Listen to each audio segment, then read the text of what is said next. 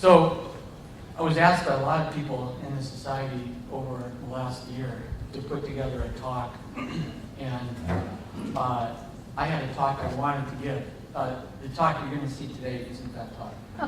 I showed that talk, I put it together based on some old talks I'd given, and I showed it to my wife, and she's very nice, and she said, "Steve, that's not what they want to hear. They want you to do a climate change talk." So I had to dig in, and it was a lot of work to do from scratch to do a climate change talk.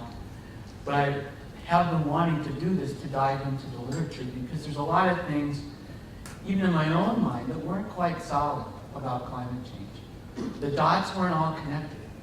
And so I took this as an opportunity to educate myself, and I consider myself an ambassador of the Renaissance Society to the science, and to report back to you, here's what I found out. So you have a survey that I've developed for you that was on your chair that hopefully you filled out. I'd like you to fill it out before my talk. Because when you fill it out, I'd like you to think about, you probably already filled it out hopefully, but how you know what you know. What do you, not what you think other people think you should think, but what do you know? And I've had a lot of chance in this research, preparing for this talk, to think about, well, what do I know and how do I know it? So is climate change changing? Is one of the, these are the questions I'm going to ask and explore in my talk. Is climate change changing? Is human activity changing the climate? And what's the evidence? Will climate change be a bad thing? Or hey, maybe it's going to be good. Do experts really agree on climate change? And can we fix it? So let's start with the first question, is climate change happening? There's a lot of evidence. This could be a whole talk just by itself, but I'm going to keep it just a few slides. So, temperature of the global surface has risen 1.6 degrees Fahrenheit, about 0.8 degrees centigrade, over roughly the past century. And each of the last 3 decades has been warmer than the preceding decades. We also have surrogates or proxies or paleo thermometers. Paleo means old. We have ways to approximate past temperatures, and we have a record of the past temperature of the Earth that we can look at as well. There are contemporary observations of declining trends in sea ice, polar ice, and land ice, consistent with a warming planet. The extent of Arctic sea ice has been decreasing about 4% per decade. And we'll talk more about that. All these things, not all these things, but some of these things we'll go into more detail about. We have a shift in isotherms, a shift towards the poles. And an isotherm is a line of equal temperature around the Earth, first discovered by Alexander von Humboldt, or conceived by him. And those lines are moving north, as are plants, many plants and animals are changing their range towards the poles. There's increased water vapor in the atmosphere, which you would expect from a warming planet. There's increased sea surface temperatures. There's a change in phenology. Phenology relates to the sequence of things. And spring is coming earlier, fall is arriving later. And there's sea level rise. Sea level rise is not only an indicator of climate change, but it may be an irreversible impact. So let's take a look at some of the science. This is the global instrumental record for atmospheric temperature. One of the things that you'll notice is in the midpoints here, between 1950 and 1980, things look kind of flat. There doesn't appear to be a real trend. Scientists picked this period as the comparison period, and basically I think it makes sense. Everybody in this room, looking around, was a kid during that time. You remember what it was like. So it's a reference period. It also turns out to be a fairly stable period. Those were the good old days. So if we extend the temperature record a little bit further, let's go back to the last time that climate changed. And we look at the anomaly. So the temperature 0, remember that is 1950 to 1980.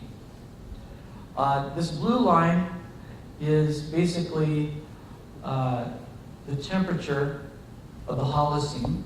It's the temperature where agriculture developed. It's the climate regime where cities developed, our whole civilization. And where my people were back in the Ice Age in Norway, were inventing skiing. That was in the Ice Age. The oldest ski has been found in a melting glacier in Norway, and it is carbon dated to 17,000 years old. And the thing I noticed, is just an aside, ski technology did not really change a lot for 17,000 years until the last few years. It really evolved. At any rate, I digress. The other thing I'm really worried about is skiing up here. But we'll get to that. There's a comparison of Arctic sea ice that you can make. We have the ability now with satellites to observe our planet in ways that future generations really did not have. And there's a dramatic change that's been occurring in the Arctic sea ice, which has really important consequences physically for temperature balance on the planet. One is there's a feedback mechanism of the ice from albedo. As sunlight hits the ice, it's reflected off. Decreasing that ice is a feedback loop towards warming. There are a lot of other feedback loops. And this is the Earth is a complex system. The Earth is a system of two fluids, the atmosphere and the ocean sloshing around. So there's some chaos in there. But this is a very clear trend. This is a trend here in the Sierra Nevada. This is a picture I took on the right on a backpack trip in 2003 of the Darwin Glacier. This is the Darwin Glacier as photographed by G.K. Gilbert of USGS in 1908. And we hiked back in over the Lamarck Col, dropped into the Darwin Canyon, and tried to find exactly this picture. We carried this picture with us to get a similar picture. One of our USGS graduate students did his master's on glaciers of the Sierra. And in the time between 1908 and 2004, when he finished his degree, the Darwin Glacier shrank 54%. With shrinkage really ramping up in the 21st century. There's just FYI, there's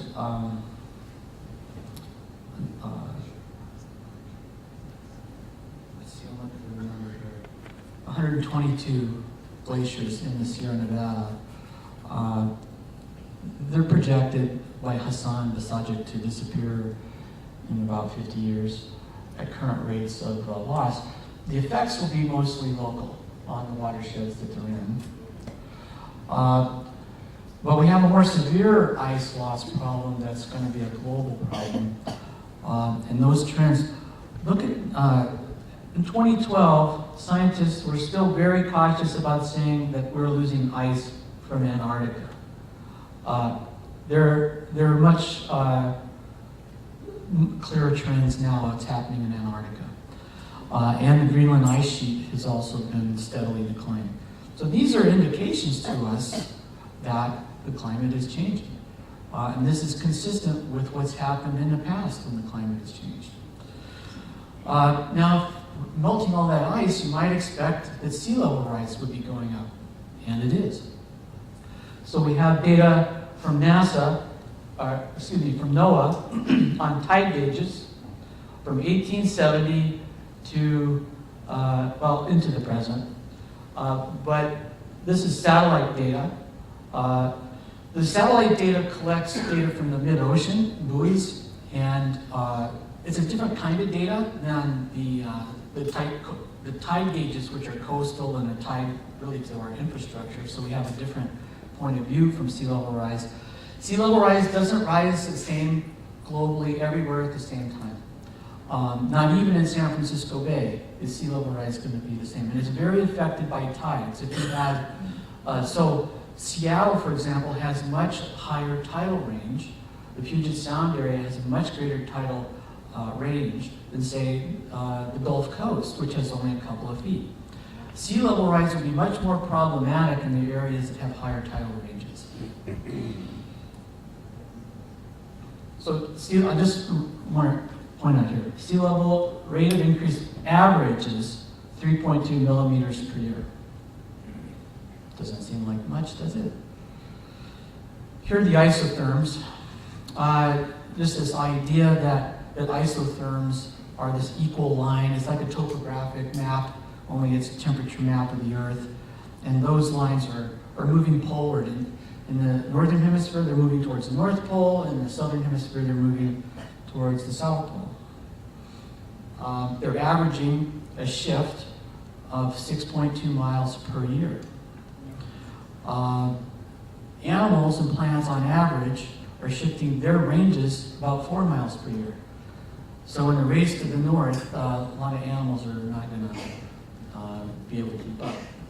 So this is where the rate of climate change becomes really important.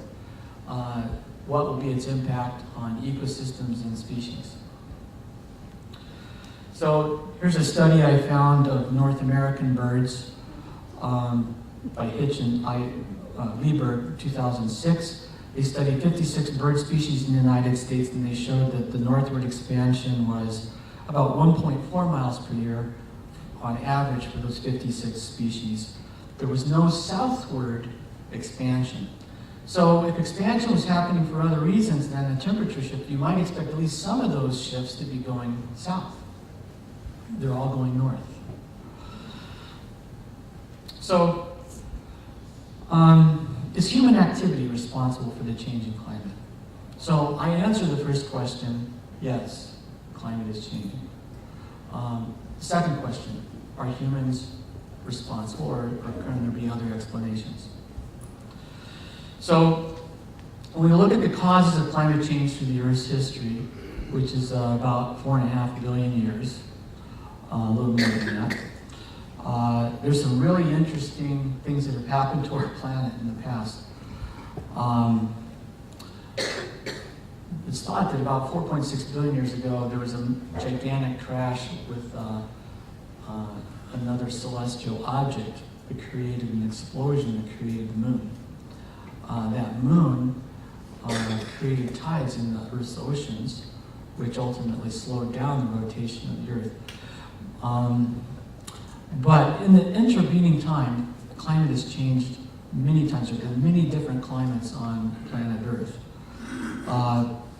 The natural causes include changes in the solar heat output of the sun, volcanic eruptions, the movement of continents, decrease in carbon sinks, meteor collisions, wobbles in the Earth's orbit. The Earth's orbit has three irregularities. There's a tilt in the Earth. We're currently tilted at an angle of 23 degrees. That tilt actually changes between 21 and 24.5 degrees on a 40,000 year cycle. That has a big effect. Well, it doesn't have a big effect. It has enough effect to initiate climate change. There are also changes. The Earth doesn't orbit the sun in exactly a circle. It's almost a circle. And that varies on a scale of 100,000. And then there is this thing called precession that, just picture a spinning top and how a spinning top draws a circle with its top. And that precession is also going on. So, but we've also had increased gas emissions and land use changes that change the albedo that can also interact and create feedback loops. So I wanted to talk about a very important thing here that you've probably seen and heard about before, the greenhouse effect. This is one of the things that I wanted to research for myself personally and understand better, because I wasn't buying it yet. And so I needed to really look at this. And what happens in the greenhouse effect is you've got an atmosphere of gases, and these are the gases: carbon dioxide, nitrous oxide, methane, and ozone, that are called non-condensable gases. So water vapor is also a greenhouse gas, but it doesn't drive temperature. Temperature drives it. But it can be part of a feedback loop. But the non-condensable gases, the gases that last in the atmosphere and persist for millennia, are the ones that can force climate. A molecule of CO2, when it's hit by infrared radiation, gets excited and vibrates, and it gives off heat, and then the infrared radiation is passed on. A woman named Eunice Foote in 1856 first conducted the experiment to put carbon dioxide in a glass jar and shine infrared light through it. And she determined that if the atmosphere of the Earth had more carbon dioxide in it, it would heat up faster. What a great insight. She wasn't even allowed to present her own paper at American Academy of Sciences. A man had to read her paper for her. Just thought I'd mention that. However, Eunice gets a lot of credit, I think, for discovering the greenhouse effect. So, I knew that in the varying climates of the Earth that carbon dioxide was involved, but I didn't understand it. I was more focused in my own research on the ecological effects of climate change, not the physics. And so this is one of the places where I really wanted to beef up my own knowledge.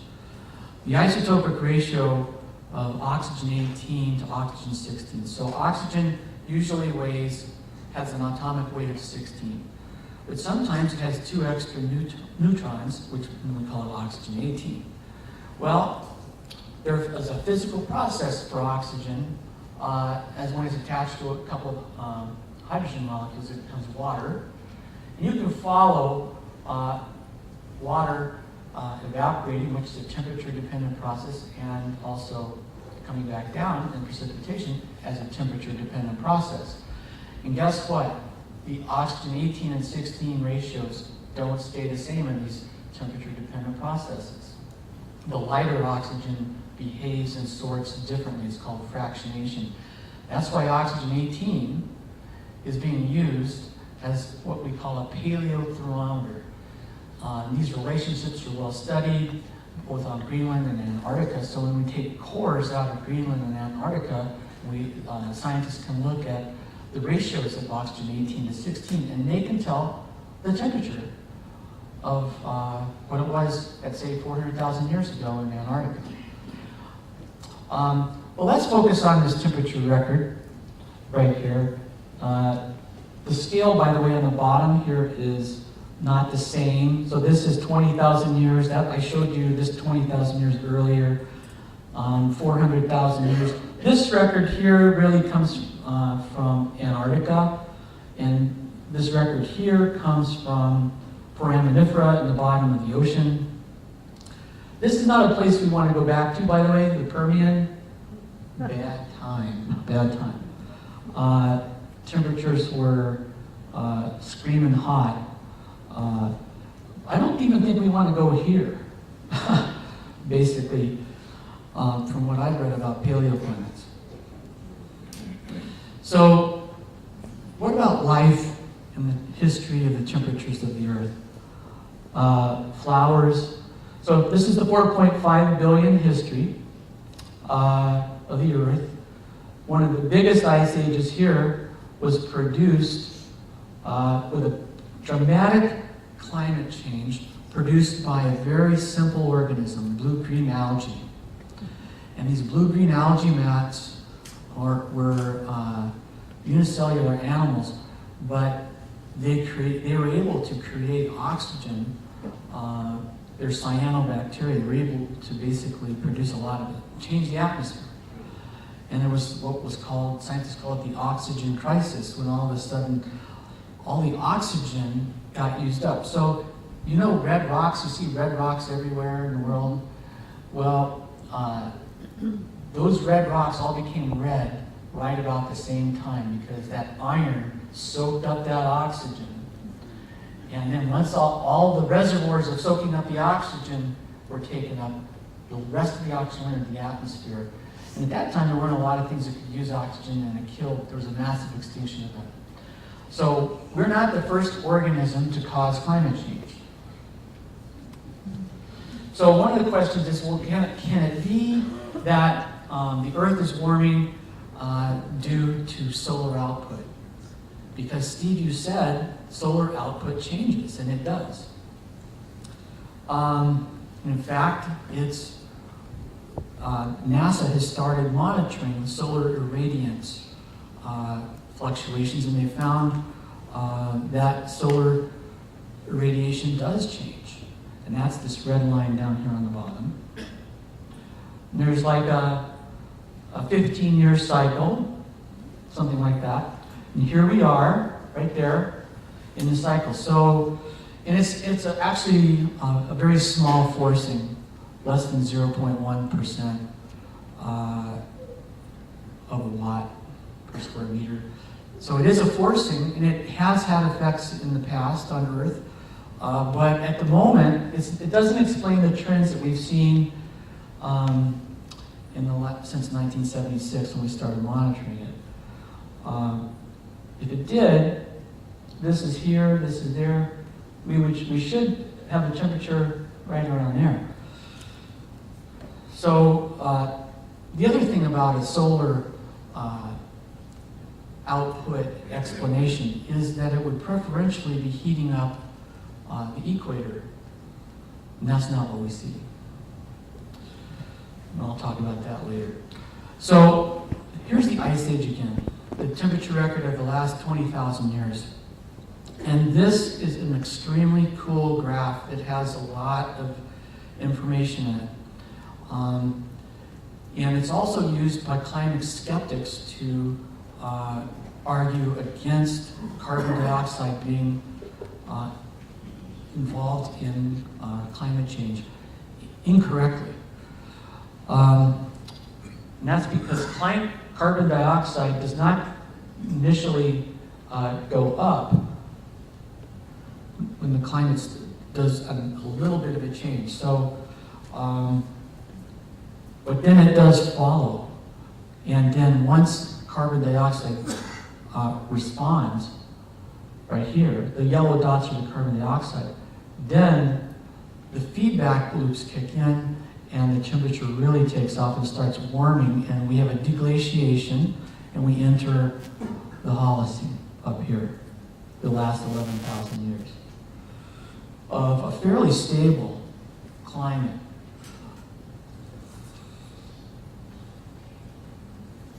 So what initiated the initial climate change?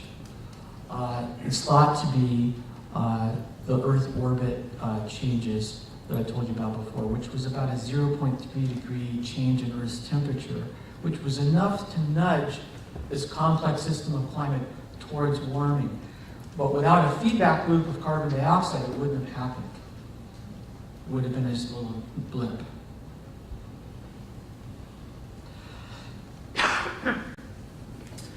So this is the carbon dioxide record for the last 400,000 years, and this is based on ice cores from Antarctica.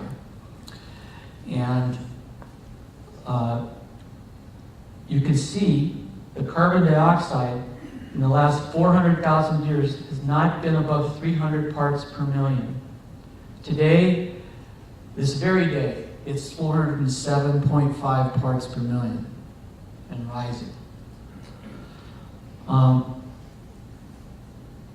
This says we should be alert to some rapid changes if carbon dioxide, as it has been in the past, is indicative of climate change. So when we combine the carbon dioxide record with temperature records from those paleothermometers, we're able to see a very high degree of correlation. And there's usually an offset. Carbon dioxide is not the initiator of climate change. It's the reinforcer. We, on the other hand, by emitting carbon dioxide, may be initiating climate change and reinforcing it at the same time.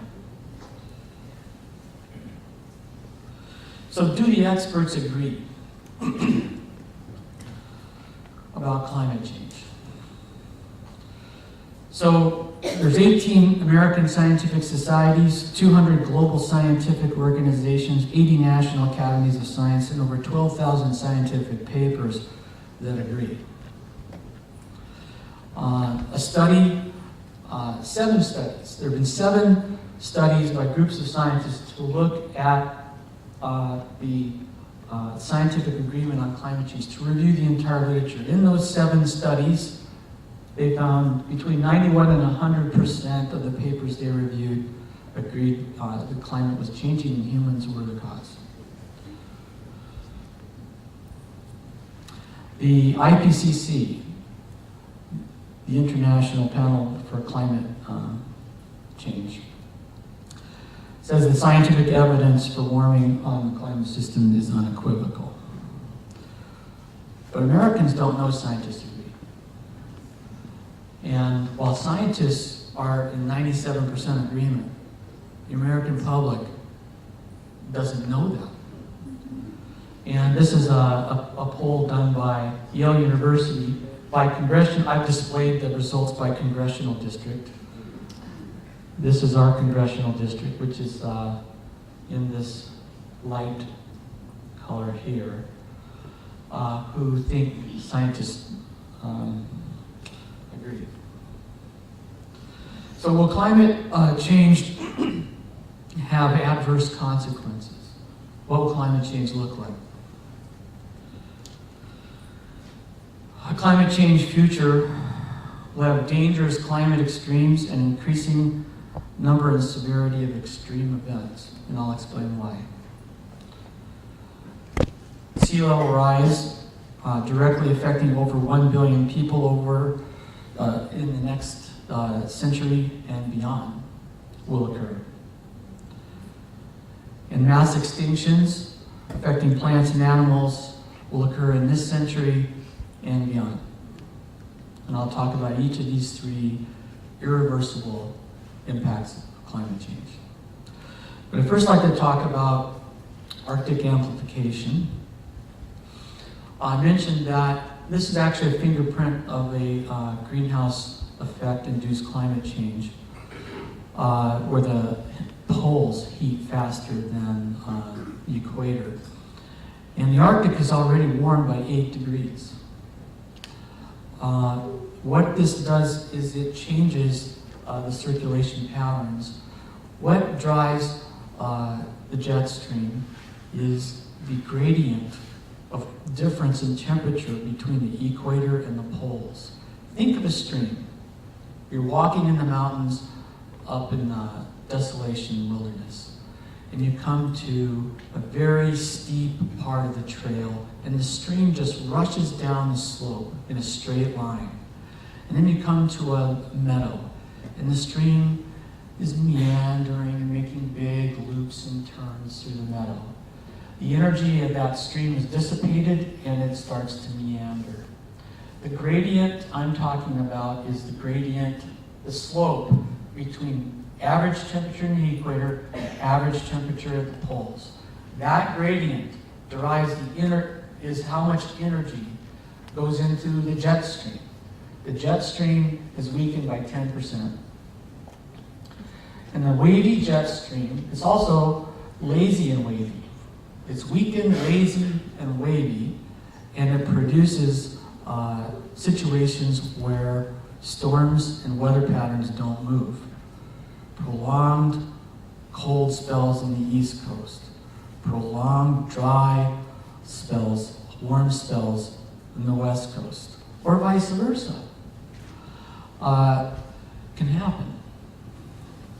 Some of the consequences of a lazy jet stream can be that storms get stalled.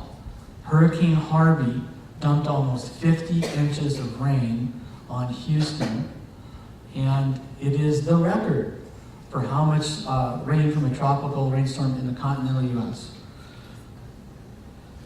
this year, or 2017. The World Economic Forum is meeting today in Davos, and every year they have a panel of 1,000 scientists rank hazards to humans. And they've ranked extreme weather as the top risk to the foundation of our commons. Of the 31 million people who were displaced in 2016, 76 were displaced from their homes, forced from their homes as a result of weather-related events. This is a graph I first saw in 2011, presented by Jane Lubchenco at a scientific conference. And she was quite startled. If you look at 2011, she had NOAA. She was the director of NOAA, and she had NOAA put together this kind of data on billion-dollar storm events. She wanted to start tracking it because it looked like it was getting worse. 2016 also had $16 billion storm events in the United States. Globally, in 2016, it was a new record with $42 billion weather-related events. Sea level rise appears to be tracking the IPCC's upper bounds of projections. And one of the things you see is the broad swath of the projection. This represents all the projections that the IPCC has put together of what they think sea level rise will do. And I show this because I want you to know that rather than being alarmist, our scientists are very conservative. And I think, if anything, their science is underestimating the risk. And there's a couple reasons for that. One is we're getting better information about how glaciers actually respond to the ocean and temperature changes and currents. And we're finding the physics of glaciers is a little bit different than the straight-up models that have been used in the past. The tide gauge data and the satellite data are in pretty good agreement as well. So Greenland and the Antarctica ice sheet have a response to the increased carbon dioxide. And I think this is a really cool slide. There's a lot of information in this slide. I'll just point out a couple things to you. One, look at the temperatures up here. 1 degree C. We've already gone up 0.8 degrees C. So we have 0.2 degrees to go to get to 1. We've moved carbon, 1890 to 2014, up to the 400 level from the 280 level. Carbon associated with these past climates, so 400,000 years ago, seas were 6 to 13 meters higher. 125 years ago, they were 6 to 9 meters higher. This represents how much of Greenland was gone, how much of Antarctica was gone. 3 million years ago, carbon is here. And sea level was as much as 6 meters high. There's a question mark. But a 6 meter rise in sea level is consistent with the carbon dioxide values we have in our atmosphere today.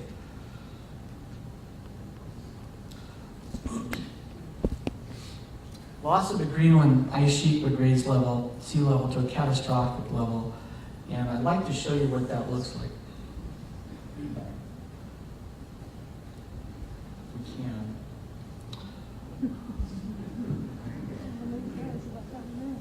We'll try it. Am I on the internet? Tom? No? Okay. That's why we get here an hour before, right?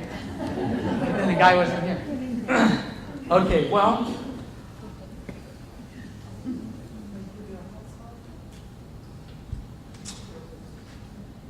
We'll come back to the question and answer time. If you want to see what the world looks like with an ice-free planet.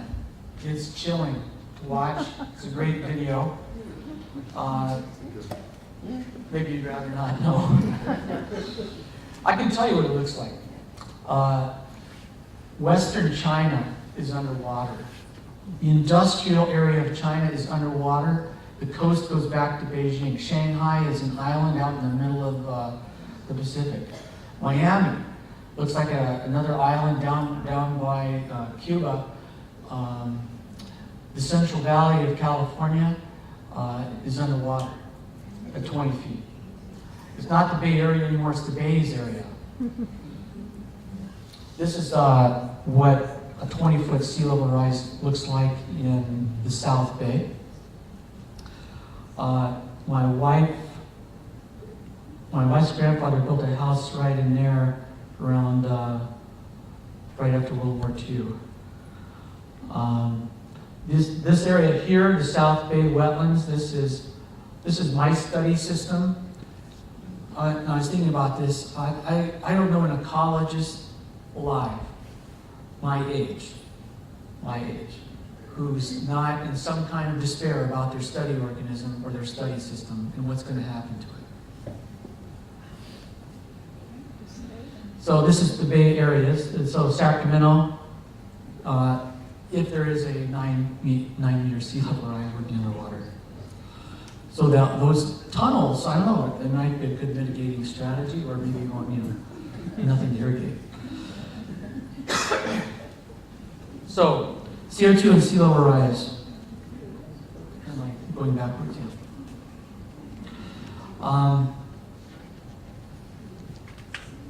I think we've covered this. So a concept, what would it take to have an ice-free planet? It wouldn't be 400 parts per million CO2. It'd probably be something over 1,000 parts per million CO2 or 1,200 parts per million CO2, something like that. So we're going to look at our carbon budget in this talk. We'll go through how much carbon do we have to spend and how we're doing. One more implication. I believe you all probably recall last year, February, we had a little bit of rain. This is a picture of the spillway at Oroville. The emergency spillway in crisis, spilling off to the side. So stationarity is the idea that natural systems fluctuate with an unchanging envelope of variability.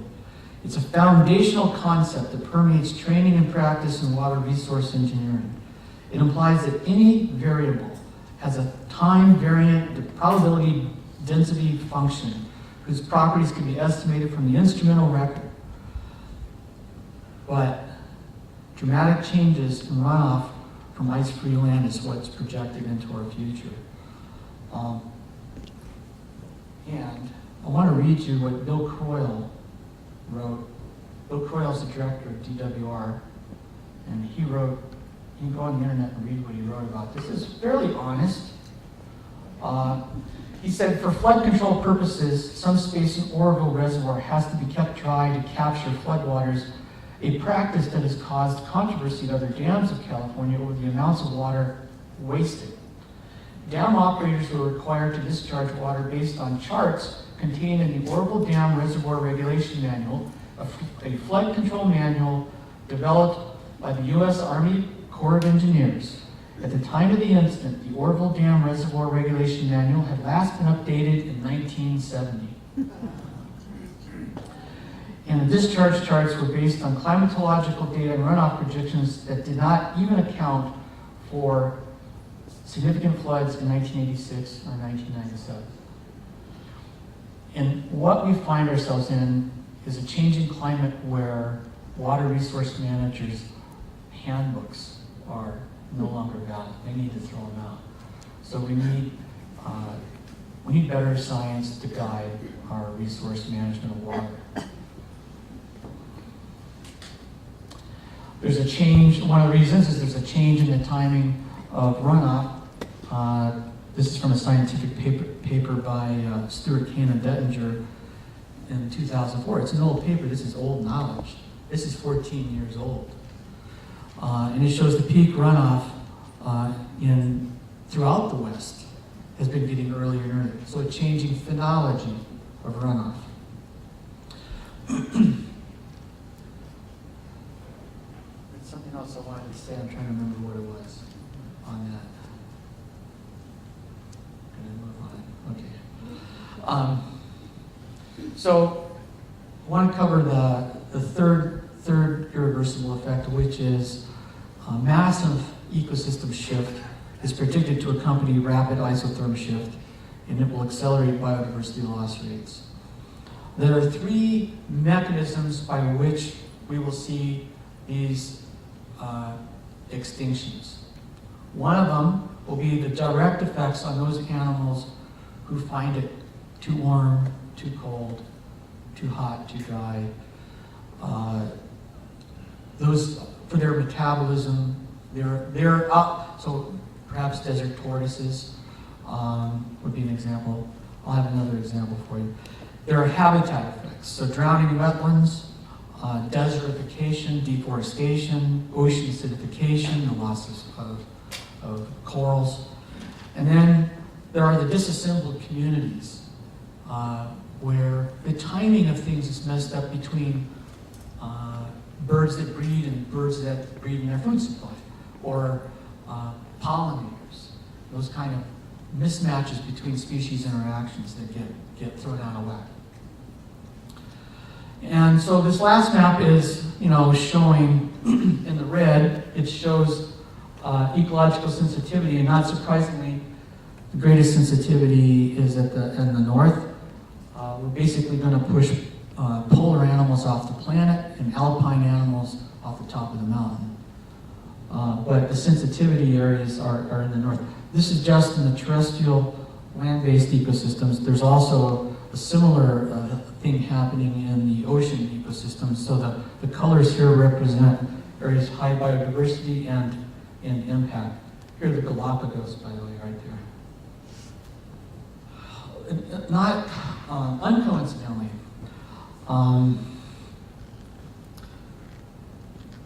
these areas overlap with high areas of biodiversity. There are also areas of high industrial fishing intensity, which tends to reinforce the biodiversity loss that's occurring in them. So ocean change is also part of the anthropogenic carbon emissions problem that we have. When you put more carbon dioxide into the ocean, it changes the pH of the ocean. And those animals that take carbon dioxide out of the ocean environment can't do so. They can't grow their aragonite shells if the pH of the ocean is too acidic. The pH of the ocean is basic. And the pH of the ocean has already increased 30% since 1751.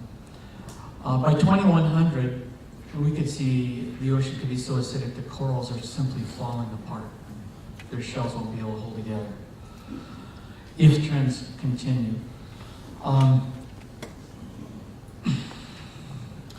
Locally, we've had an extirpation of the pika from the Tahoe Basin.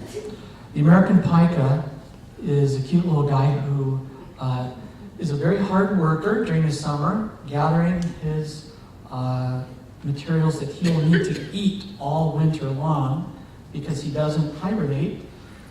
She or he burrow down into the rocks at the highest elevations because they're very heat sensitive. So it's not the winter that's getting them, it's the summer.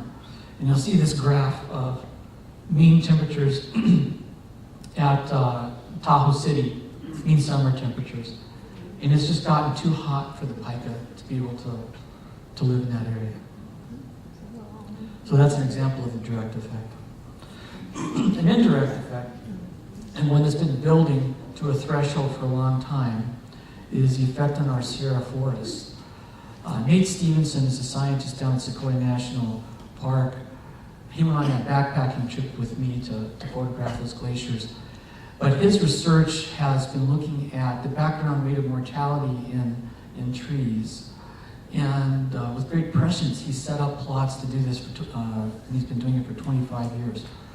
What he's found is that tree mortality, not beetle-induced mortality or fire, but just background rate of mortality has kind of been creeping up due to a slight warming and soil moisture loss in soils, about 1% a year. Over a period of 30 years, 1% a year becomes something. And I remember him telling me, Steve, if we ever have a real drought, we are going to have a state change of forest in the Sierra Nevada. Well, we've had that real drought, and there are 110 million dead trees in the Sierra. There's enough trees if you assume they were 80 feet tall and you stacked them end to end, they would stack to the moon 5 times. That's a lot of dead wood. And they aren't creating a fire hazard now. Right now they're behaving like live trees. I went to a conference on this about 6 months ago, and when those trees hit the forest floor that they'll change the fuel loads and fire behaviors. The fire behaviors will become extreme, and that's maybe 10 years from now. So can we fix it? I know I've depressed you with a lot of information. Take a deep breath. It's going to be okay. Maybe. Although I don't start out really good here, sorry. So the things to do in the face of climate change, there are 2 strategies. Mitigation is one, and adaptation is the other, in the lingo of climate changers. So mitigation refers to efforts to interrupt or reduce the climate forcing effects by changing the carbon balance of the planet. And yes, we could have an impact. We're the ones doing it, so we can change. We could. And there's a lot of strategies for that, which I'll get into. Adaptation refers to strategies to acknowledge and respond to current and future conditions likely produced by climate change. So what are we gonna build in below sea level, on the coast, future sea level? So I'm going to talk a little bit about these. So for adaptation strategies for sea level, we're divided into retreat. I know people don't like that idea, but sometimes that's the smartest thing to do. Get out of the way. Accommodate with smart development, and protect but avoid increased vulnerability or maladaptation. There's a lot of examples of maladaptation going around. North Carolina passed a law a few years ago that made it illegal for municipalities and counties to plan for sea level rise greater than 8 inches. It's against the law. So that's maladaptive, you know. Particularly if you've ever been to the Outer Banks, been on those sand dunes, you know the ocean is a real important partner in whatever you're doing. So managing the risk of extreme events and disasters to advance climate change adaptation. This is something that the Department of Defense, despite orders from the Commander-in-Chief, is still doing. The last thing the Navy wants to do is put our naval resources at risk around the world by not preparing for sea level rise. So they're very actively working on this. But it seems that the worst thing you can do is to direct NASA to stop monitoring the Earth. We need the data. So we'll be resilient and we'll know what's coming. And in terms of species, the mass extinctions, basically what it means is, and these are some of my favorite species, the salt marsh harvest mouse, the clapper rail, a restoration for common murres. We're going to need to do things like building places to secure animals from high tides so they have a refuge where they're not predated, like these clapper rails. We're going to need to provide connections between different habitats, like underpasses for urban wildlife. If we're going to have some of these species, they're going to become conservation dependent, but the Pottery Barn rules, if you break it, you own it, we ought to take care of it. We're going to have to reach out and actually do conservation to keep species around. Active work. So where are we now in our annual carbon emissions? I think this might be the Trump bump here. This is 2017 projected. And, but just in this amount of time, since 1990, our rate of emissions has gone way up. This is the wrong road. This isn't the way we're going to get there. So this curve needs to go the other direction. But I want you to notice it's at about 38.6 gigatons carbon dioxide equivalents. So what is our carbon budget? If we want to, the Paris Accord says we want to keep our planet below a warming of 2 degrees C. And James Hansen, by the way, thinks that's too dangerous. James Hansen is a NASA scientist whose book I've been reading.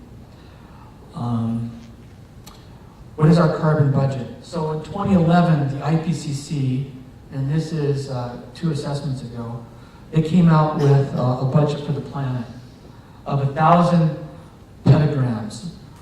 A petagram is the same as a gigaton. Let's just call them gigatons. Yeah. So 1,000 gigatons is what we get. And we're emitting about 36 gigatons a year. And we've already, as of 2011, emitted 515 gigatons. I was surprised to do the math. So by 2011, we'd emitted 515 gigatons. Go back to this graph and look what we did in the last 5 years. What's 5 times 36? That's why we have to slow down emissions and go to a zero emission strategy. In the IPCC's budget, they took us out to, they said we had till 2045 to do the 1,000, and then we had to be at 0 carbon emissions. So where do we stand? What's our time for a budget meeting? You know, I love those, right, Dixon? If the current rate of emissions continues, the 1.5 degrees C budget would be blown by 2021. This is 2018, so that's not long from now. The 2 degrees C budget is now blown by 2038 or sooner if emissions increase. So there's a great resource, the Carbon Countdown. You can go online and see the basically all but one scenario here. These are different scenarios at different lengths for different temperatures. All but one scenario takes us to 3 degrees. But there is hope, and there are some exciting developments. I wanted to show you this last slide on resources and why, now that you know all of that, you look at what we've burned so far. Emissions to date, what we've burned in oil, gas, and coal is in the purple. This is what we have left in conventional oil and gas. We've got a lot of coal to burn, 10,000 gigatons. We can cook the planet 10 times with the amount of coal that we have. And then if we start fracking, and we go over here to oil and gas, and add that to the coal, we could really cook it up pretty good. And so if we burn this, we're headed towards the world without ice. And the feedback loops may ramp it up really quickly. The World Economic Forum even acknowledges that even if the measures pledged in Paris last year are implemented, the world is on track to an average temperature rise of about 3 degrees C over the next 50 years. So I brought a book that I consider very inspiring today. And it's called Drawdown.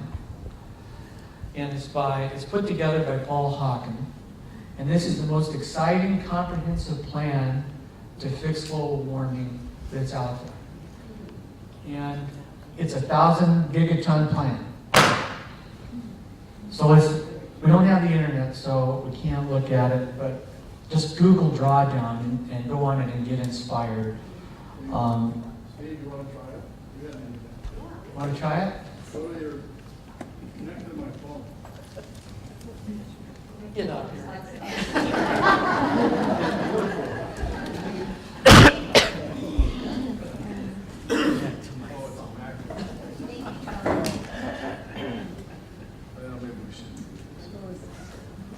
saw something.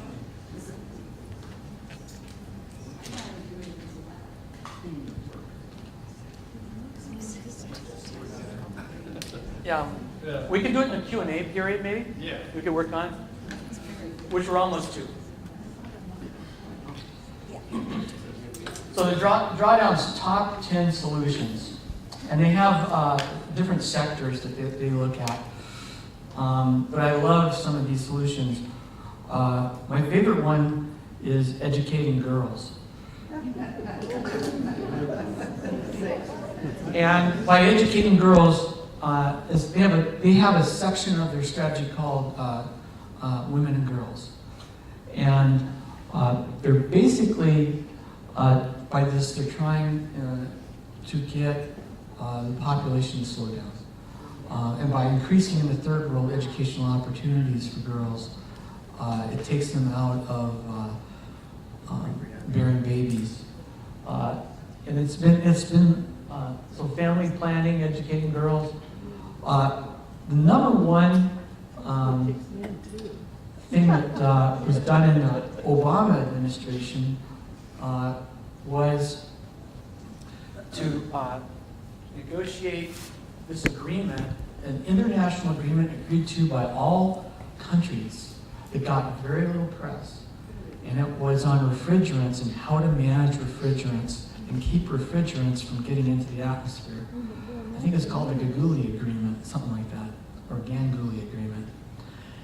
And it's the number one solution in drawdown. It's an 89 gigaton solution, so that your refrigerants are not escaping. Hydrofluorocarbons have 9,000 times on a molecule-to-molecule basis the greenhouse effect that carbon dioxide does. And they don't last as long while they're in the atmosphere. They're not as long-lived as CO2, but they're a bad gas. So really corralling our refrigerants and getting them out of the system would be a great thing to do. Wind turbines, so there's a lot of the obvious things. Don't burn coal, but beyond not burning coal, you're going to still need electricity. So there's a lot in the energy sector. Wind turbines are the number 2 rate for electricity generation, are the number 2 strategy at 84 gigatons. And these gigatons are estimated, fully implemented, between 2020 and 2050. There's a thing in here called silvopasture. Dixon asked me, well, what's silvopasture? It's putting cows in with trees. Growing trees where you grow cows. Trees capture carbon. They are the best carbon capturing storage device out there. So changing how we do a lot of things can make, with a carbon bent, can make a huge difference. Conserving tropical forests, restoring wetlands, basically ecosystem-based approaches to adaptation get us. You're not connected. That's all right. So this is my last slide. My talk is to signal me to stop talking. It says the future's pretty bleak, gentlemen. The world's climates are changing. The mammals are taking over. We all have a brain about the size of a walnut. So now's our chance to prove the mammals can do it. Thank you.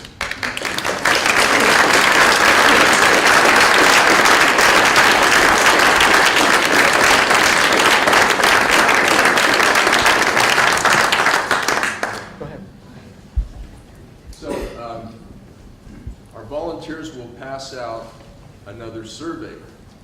And it's actually the same survey as you filled out before. And without reference to your previous survey, please answer this survey. You won't be graded on any of this. I'm just curious as to whether or not anybody's opinion has changed with regards to climate change and strategy. So to fill those out, pass them to the volunteers when you're done. Steve, appreciate it. We have more? I have 2 more here? Okay.